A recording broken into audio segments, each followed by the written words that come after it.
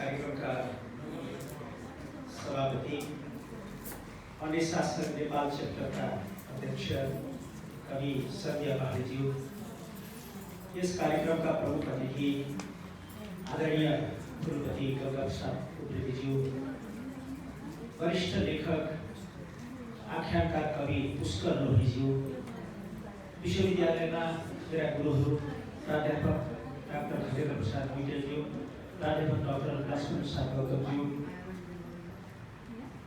आजको यस कृतिका पदम विश्वकर्माज्यू, अन्य शासकका पूर्व अध्यक्ष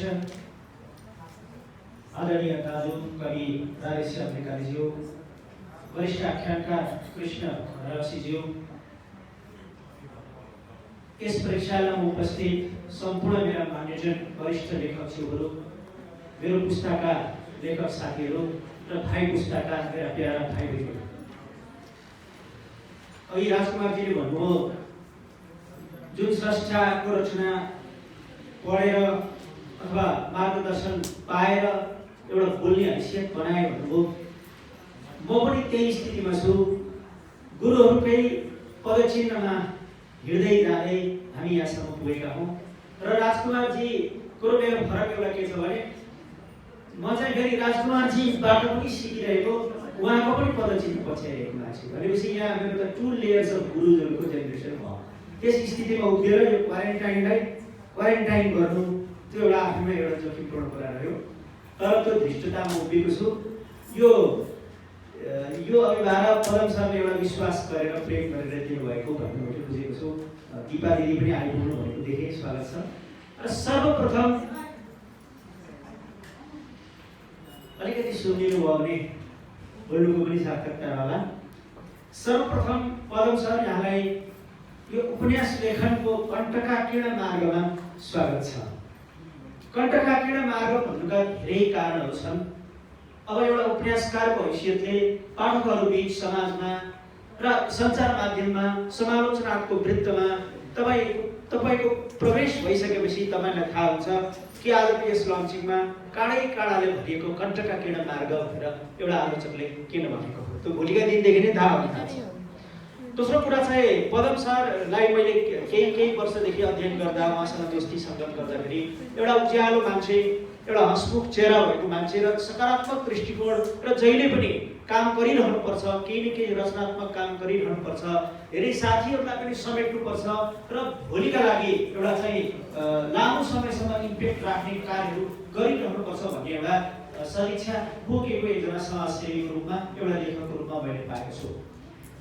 अलिकति व्यक्तिगत सुराकी गर्दा पनि मैले थाहा पाएँ, यहाँ हाम्रो नमुना म्याडम हुनुहुन्छ, उहाँलाई यो कुरो प्रष्टै थाहा छ। स्कुलमा छँदैदेखि त्यो कविता लेख्ने, त्यो कविताको चाहिँ प्रतिस्पर्धामा जाने, कहिले पदम सर फर्स्ट हुने, कहिले नमुना म्याडम फर्स्ट हुने, र त्यो एकअर्कालाई त्यही बेलादेखि चाहिँ कविताको क्षेत्रमा समर्पित गर्दै आउनु भएको भन्ने कुरा पनि त्यो व्यक्तिगत सुराकीबाट मैले यो कुरा थाहा पाएको हो। यसको अर्थ चाहिँ सानो उमेरदेखि नै यो कविताप्रतिको उहाँको अनुराग, त्यो रुझान चाहिँ रहेछ भन्ने कुरा चाहिँ बुझिन्छ। र सरले चाहिँ, पदम सरले भनौँ न एउटा सानो क्षेत्रबाट अलिकति बृहत्तर क्षेत्रमा कविता सहित, गीत सहित, हैन, अब यस अगाडि हामीले उहाँका कथा पढ्यौँ, कथा सहित र चाहिँ पोलै खोल्ने हो भने अर्को पनि सङ्ग्रह चाहिँ रेडी भएको मैले कुरा बुझेको छु कथाको, त्यो सहित। त्यस पछाडि शब्द सुमन, खगेन्द्र सर हैन, शब्द सुमन उहाँको कविता सङ्ग्रह, त्यसमा सरको लामो भूमिका छ। त्यसको अङ्ग्रेजी रूपान्तरण पनि हामीले गऱ्यौँ र विविध विधाहरूमा चाहिँ आफूलाई चाहिँ परख गर्दै, होइन, विविध विधाहरूमा समर्पण गर्दै अल्टिमेटली उहाँ चाहिँ उपन्यासमा आएर अवतरित हुनुभएको छ। दिदी सम्बोधन गर्ने विशेष दिदी हाम्रो गीता खत्री विश्वको अभिभावक, त्यसको उहाँ प्रतीक दाजु मेरो अभिभावक दाजु, पल पाइला कार्य गरिरहनुहुन्छ मेरो दाजु। र चाहिँ क्वारेन्टाइनको विषयमा प्रवेश गर्नुभन्दा अगाडि मैले पदम सरको के व्यक्तिगत पाटोको कुरा पनि गरेँ। यो पनि जानकारी हुनु हामीलाई आवश्यक छ। अर्को पनि एउटा पाटो के देखिएको छ भने, कहिले अन्तर्राष्ट्रिय नेपाली साहित्य समाजको त्यो नेतृत्व तहमा गएर यसलाई दिशानिर्देश गर्ने र यसलाई देशावरमा स्थापित गर्ने काम उहाँले गर्नुभयो भने, भर्खरै उहाँले पदम विश्वकर्मा प्रतिष्ठान गठन गर्नुभएको छ। यो अर्थमा महत्त्वपूर्ण छ कि भनौँ न समाजको मूल प्रवाहले नेपथ्यमा पार्दै लगेको एउटा दलित सेन्टिमेन्टमा मलमपट्टि गर्नुपर्छ, त्यसको प्रोत्साहन गर्नुपर्छ भन्ने ध्येयले उहाँले त्यसको स्थापना गर्नुभएको पनि कुरा छ। र त्यसमा एउटा मार्मिक कुरा मलाई के लाग्यो भने व्यक्तिगत कुरा गर्दाखेरि उहाँले मलाई भन्नुभयो कि $1 $2 जो पर्चेस गरेर वालमार्टमा गएर किनिसकेपछि त्यो खुजरा जो पैसा आउँछ अथवा बच्चाहरूको कहिले कहीँ जन्मदिन हुन्छ, आउनेहरूले $1 $2 $5 $10 जो हुन्छ दिनुहुन्छ, त्यसलाई चाहिँ एउटा चाहिँ उहाँले चाहिँ एउटा पिगी ब्याग बनाएर खुत्रुके बनाएर त्यो खुत्रुकेमा चाहिँ डिपोजिट गर्दै गर्दै त्यसले चाहिँ एउटा रकम निर्माण गर्दछ, त्यसले चाहिँ यसरी सामाजिक उत्थानको काममा उहाँले चाहिँ लगानी गर्नुभएको छ। यो चाहिँ एउटा धेरै नै एउटा स्तुत्य काम हो, यसले हामीलाई प्रेरणा दिन्छ भन्ने मलाई लागेको छ। भर्खरै उहाँकै सक्रियतामा दलित कविहरूको बिचमा कविताको प्रतिस्पर्धा भयो, त्यसको चाहिँ भर्खरै रिजल्टको घोषणा भएको छ, त्यसको पुरस्कारको कार्यक्रम पनि हुँदैछ। र अर्को कुरा उहाँकै सक्रियतामा दलित कविहरूको कविता सङ्कलन ज्योति स्पर्श पनि भर्खरै प्रकाशित भएको छ। यो अत्यन्तै गरिनुपर्ने काम, टकारो आवश्यक भएको कामहरूमा उहाँको दृष्टिक्षेप भएको छ। त्यसलाई उहाँले चाहिँ एउटा नेतृत्व दिएर आउँदै हुनुहुन्छ। अलिकति क्वारेन्टाइनबाट हटेर यति कुरा मैले भने, किनकि क्वारेन्टाइनको बारेमा त राजकुमारजीले धेरै कुरा भनेर गएको हुनाले मैले त्यति धेरै यसको कथा भनिरहनु पनि परेन। अब अलिकति क्वारेन्टाइनकै बारेमा बोल्न आएको हुनाले थोरै यतातिर लाग्छु। अघि राजकुमारजीले सङ्केत गर्नुभयो, यसमा नेपालबाट अमेरिका बसाइँ सरेका विशेष गरी 2 परिवारको केन्द्रीय कथा छ। यसमा अन्य परिवारहरू पनि जोडिएर आउँछन्, तर चाहिँ विशेष गरी 2 परिवारको कथा छ। एउटा विनय र जमुनाको यिनीहरू दम्पति हुन्, उनीहरूको कथा छ, र राजीव र पार्वती यी पनि दम्पति हुन्, यिनीहरूको कथा छ। र सुरुमा विनय र जमुनाको कथा उहाँका आमा बा पनि कोलोराडो गएको प्रसङ्गबाट र कोलोराडोको त्यहाँको सुन्दर चरित्र चित्रण, त्यहाँको चित्रणबाट उहाँले हामीलाई यस उपन्यासभित्र प्रविष्ट गराउनुहुन्छ। र खेल्दै खेल्दै कहाँ पुर्याउनुहुन्छ भने कोरोनाले कसरी अमेरिकालाई क्षतविक्षत गर्यो त्यो पाटो हामीले BBC, CNN, फक्स, अल जजिरामा देख्यौँ। तर हामीले नदेखेको पाटो के भने माइग्रेन्टहरू, आप्रवासीहरू जो दुःख गरेर एउटा शान्त इकोनोमीमा आफूलाई चाहिँ अगाडि बढाइरहेका हुन्छन्, उनीहरूको जीवनलाई कोरोनाले कसरी क्षतविक्षत पार्यो भन्ने कुराको दारुण चित्रण यस किताबले गरेको छ। यस अर्थमा अघि राजकुमारजीले भनेको हुनुपर्छ कि यसमा संवेग र करुणाको अत्यन्तै बेजोड खेल छ। अब भन्दै जाँदाखेरि विनय र जमुनाका बाआमा पनि पुग्नु भएको छ हैन, अनि चाहिँ कोलोराडोबाट अलि पर लस एन्जल्समा आफ्नी छोरीको सन्तानको जन्मदिनमा उहाँ जाँदाखेरि सङ्क्रमित भएर उहाँहरू फर्किनु भएको छ। त्यो सङ्क्रमण पछाडिको म कथा भन्दिनँ, त्यो चाहिँ त्यो हस्पिटल, त्यो चितकार भनौँ न, छुन नपाउनु, देख्न नपाउनु र पल पल तडपिएर त्यो हस्पिटलको बाहिर भित्रबाट कस्तो समाचार आउने हो भनेर प्रतीक्षा गर्नु र अन्तमा सबै समाचारहरू चाहिँ भनौँ न एउटा विषाद समाचार पढेर आउनु, मृत्युको खबर बोकेर आउनु, यो चाहिँ क्वारेन्टाइनभित्रको एउटा त्यो दारुण पक्ष हो। र यस्ता थुप्रै छन् होइन। कोरोना हुँदाखेरि एउटा परिवारै भित्र एउटै घरभित्र बस्दाखेरि स्पर्श नहुने, छेउछाउ पनि आउन नमिल्ने, सोसियल डिस्टेन्सिङका नाममा मनहरूको समर्पणहरूको पनि कसरी डिस्टेन्सिङ भएको छ र यो विभीषिका कसरी आएको छ भन्ने कुराको चाहिँ यस्तो चाहिँ एउटा गम्भीर चित्र छ। पढ्दा पढ्दै धेरै ठाउँमा सम्वेदित हुने गर्दछौँ हामी। कारण समालोचनाका विद्यार्थी हामी समालोचकहरू सम्वेदित हुनुहुन्न भन्ने एउटा हुन्छ। समालोचकै सम्वेदित भयो भने उसलाई चाहिँ त्यो चाहिँ एउटा के भन्दा इफेक्टिभ फेलेसीबाट चाहिँ गाइडेड हुन सक्छ भनिन्छ। तर त्यो समालोचक पनि के हुँदो रहेछ भने त्यो आवरण रहेछ, त्यो भित्र एउटा छोइने मन, छोइने मुटु, एउटा त्यो दुख्ने एउटा संवेदनाले भरिएको हुँदो रहेछ मान्छे। र त्यो चाहिँ हामीभित्रको संवेदनाको तलाउ पटक पटक स्पर्शित भएको छ। त्यहाँ पटक पटक चाहिँ उहाँका चाहिँ यी शब्दहरूले र कथाहरूले म आफै पनि स्पर्शित भएँ। तर मलाई के लाग्छ भने यहाँहरू पनि स्पर्शित हुनुहुनेछ।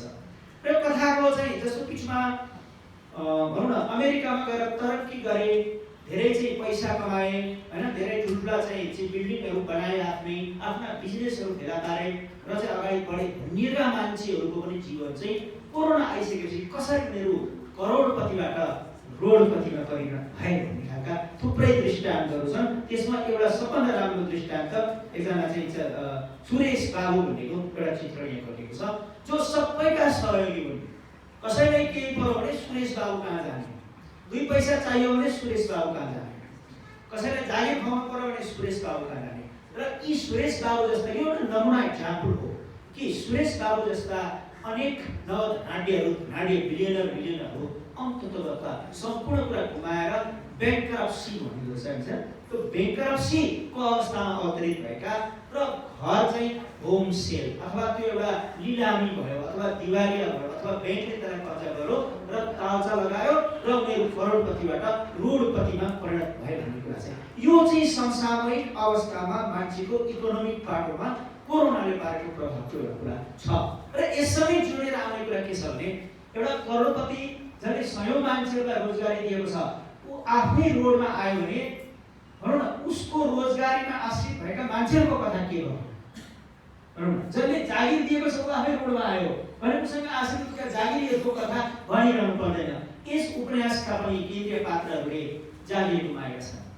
अब आम्दानीको 2 पैसा पनि छैन, केही पनि छैन, खाने पनि छैन, फ्रिज खाली छ, कहीँ जान पनि सकिँदैन। यस्ता दारुण अनेक कुराहरूको चाहिँ चित्र चाहिँ यसमा भएको छ। अब यसको विशेषता भोलि हामीले अध्ययन गर्दाखेरि यो किताबको विशेषता के होला भन्ने बारेमा 2 मिनट भन्छु अनि अलिकति खैरो पनि खान्छु थोरै त अनुमति मागेँ। एउटा कुरो चाहिँ अघि राजकुमारजीले पनि सङ्केत गर्नुभयो, अहिले गुरुहरूले पनि भन्नुहुन्छ कि ऐतिहासिक अध्ययनको साहित्यमा ऐतिहासिक अध्ययनको एउटा पाटो के हुन्छ भने मानवीय हिस्ट्रीमा कुन मोडमा के घटनाहरू घटे त्यो चिज हेर्नका लागि त्यो बेलाको साहित्य काम लाग्छ।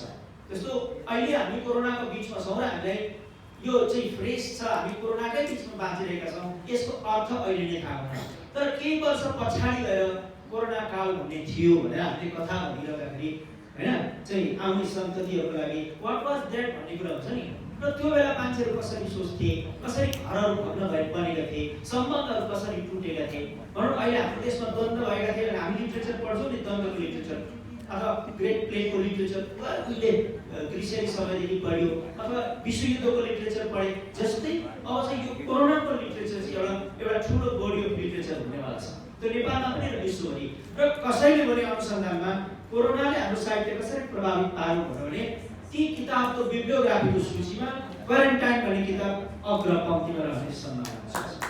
त्यसको अर्थ अब कुरा कोरोनाको इकोनोमिक पाटो अघि मैले अलिकति दृष्टान्तहरू भने कस्तो भयो र त्यसलाई नेपाली साहित्यले कसरी चित्रण गर्यो, विशेष गरी माइग्रेन्टहरूको पक्षमा जो देश छोडेर बाहिर बसे उनीहरूको इकोनोमिक लाइफमा यसको रेमिफिकेसन के भयो भनेर कसैले सोधको एउटा प्रश्न बनायो भने स्वतःको सोधभित्र यो चाहिँ क्वारेन्टाइन भन्ने उपन्यास पर्दा छ। अर्को एउटा कुरा हामीले कोरोना कालमा त हाम्रो कामै टेलिभिजन हेर्ने भयो होइन, धेरै टेलिभिजन हेऱ्यो, घरैमा बस्ने, कार्यक्रम पनि कहीँ नहुने, कहीँ यात्रा पनि नहुने, कहीँ नजाने, टिको पनि नलगाउने, लाए पनि घरैमा सुलाउने गरियो। टेलिभिजन हेर्दाखेरि एउटा के देखियो भने वेस्टर्न टेलिभिजनहरूमा बढीभन्दा बढी चाहिँ व्हाइट्सहरूको कथाहरू देखियो। क्या व्हाइट्सहरूलाई के भयो, व्हाइट्सहरूले कसरी बिहेभ गरे र यस्ता किताब आएपछि नन व्हाइटहरूको चाहिँ कथा के थियो भन्ने कुरा चाहिँ त्यो चाहिँ सुरागी गर्न सजिलो हुनेछ। भनौँ न त्यो मेजर मिडियाहरूले छुटाएको एउटा कुरा कि माइग्रेन्टहरूले कसरी सङ्घर्ष गरे भनौँ न उनीहरूका त सङ्घर्षका लेयर चाहिँ कोरोना मात्रै हुँदैन, धेरै हुन्छन् र त्यो कुरा यहाँ देखिन्छ। र चाहिँ कतै दलित इस्युले पनि प्रवेश पाएको छ। यो चाहिँ एउटा स्वाभाविक छ कि यहाँ चाहिँ दलितहरूलाई कसरी छुवाछुत गरिन्थ्यो, कोरोना कालले त्यो छुवाछुतलाई कतै सम्झाएको छ, छुन नमिल्ने, अलिक पर बस्नु पर्यो भन्ने कुराहरूको सन्दर्भमा अलिकति दलित र छुवाछुतको इस्यु पनि आएको छ। र सारमा चाहिँ अन्तमा चाहिँ यो ह्युम्यानिटीको एकदमै ठुलो चाहिँ एउटा मेसेज बोकेर के अर्थमा आएको छ भने यी मैले अघि 2टा परिवारको कुरा गरेको थिएँ। एउटा परिवारमा लोग्नेको मृत्यु भएको छ, अर्को परिवारमा श्रीमतीको मृत्यु भएको छ। भनौँ न एकातिर चाहिँ श्रीमान मात्रै रहे, अर्कातिर श्रीमती मात्रै रहे, एकअर्काका साथी हुन्, सहयोगी हुन्, छिमेकी हुन्। र कथाकारले उपन्यासकारले अन्तमा ती 2 जनाको विवाह गरिरहेको छ। मलाई बडा मजा लाग्यो त्यो कुरा कि आखिर एकजनाले श्रीमान गुमाएकी छन् होइन, जवान छन् होइन, जिन्दगी लामो समयसम्म बाँच्नु पर्ने छ, अर्काले चाहिँ श्रीमती गुमाएका छन् भने तिनीहरूको बिचमा एउटा विश्वासको वातावरण बन्छ भने यसरी किन नसोच्ने। होइन न कोरोनालाई कुनै मोडमा किनारमा राखेर अगाडि त बढ्नु छ, त्यो अगाडि एक्लै पढ्न सजिलो छैन। तर घरदेशमा भए छ छिमेकी यताउता भन्ने हुन्छ, हाम्रो ऐचो पैचो भन्ने पनि हुन्छ, त्यो चिज अमेरिकामा हुँदैन। तर एकदमै इन्डिभिजुअलिस्टिक लाइफमा भनौँ न कोरोनाले सबै कुरा गुमाएका एउटा पुरुष र महिलाको बिचमा जो विवाह गरिएको छ नि त्यसले यो उपन्यासको बैठान अत्यन्त सार्थक भएको एउटा पाठकको हैसियतले मैले अनुभूति गरेको छु र त्यो बैठानका लागि पदम सर यो उपन्यासलाई धेरै मान्छेले सम्झनेछन् कुन मोडमा लगेर उपन्यास सकियो अनि त्यसले के मेसेज दियो भन्दाखेरि कि यी अभावहरूको बिचमा हजुरका र मेरा अभावहरूको विनिमय गरेपछि सम्बन्धहरू ढिलो हुने त्यो अभावहरूको विनिमय अत्यन्तै सुन्दर तरिकाले गरिएको छ। अब सरले मलाई यस्तो केही सल्लाह छन् कि भनेर सोध्नु भएन भने पनि किन हुन्छ अनि सर समालोचनाको अलिकति पालन गरौँ।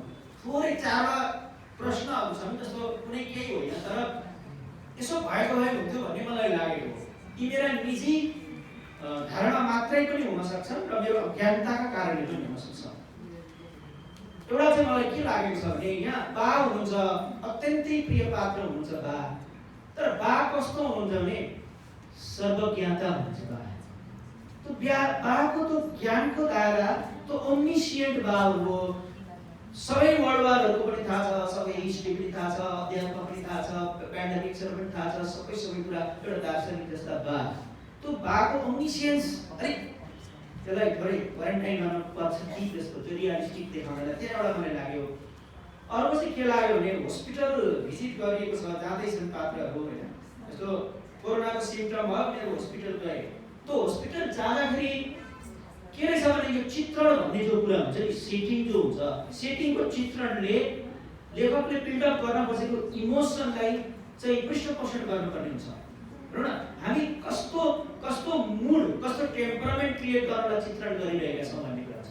एउटा मान्छे चाहिँ हस्पिटल गयो र हस्पिटल जाँदाको त्यो हस्पिटलको चाहिँ चित्रण चाहिँ त्यो बिचको चित्रण कस्तो छ भन्दाखेरि सहरको बिचमा हरियो शान्त जङ्गलका बिचमा विशाल पार्किङ लट भरि लस्करै गाडीहरूका लाइन भनेको त्यो अहिले हामीले बिल्डअप गर्न खोजेको इमोसनको लिपबाट अलिकति हटेर त्यो फिजिकल डेस्क्रिप्सनहरू छ।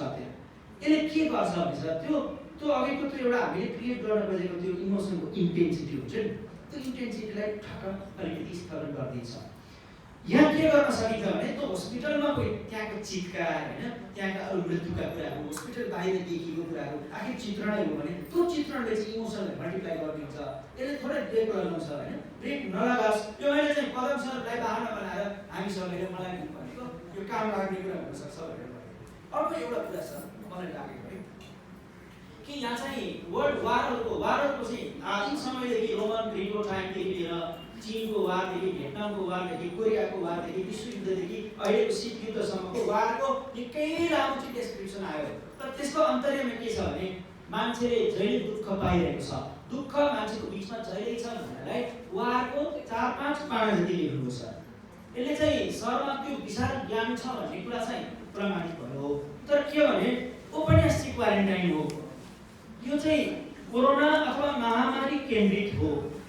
त्यो ज्ञान जो छ नि सर त्यो 4 पाना चाहिँ विश्वका युद्धहरूको चित्रण भन्दा नि पेन्डेमिक्सहरूको चित्रणमा केन्द्रित भएको भए र पेन्डेमिक्सहरू त उहिले हामीले एडिपस रेक्स पढ्दैखेरिदेखि त्यो पेन्डेमिक त भनौँ न ग्रिक समयदेखि छ पेन्डेमिक होइन। त्यहाँ प्लेगको छ, कहिले के छ, इभन फ्लूको पनि थियो, इन्फ्लुएन्जाको थियो भने यी पेन्डेमिकहरूको हिस्ट्रीको चित्रणतिर गएको भए यसले इन्टेन्सिटीलाई मल्टिप्लाई गर्थ्यो। तर त्यतातिर नगएर पनि हानि खति गरौँ भन्ने चाहिँ तर्क चाहिँ होइन। त्यसो भएको भए यसमा ओरिएन्टिटी चाहिँ बढ्थ्यो भन्ने लाग्छ।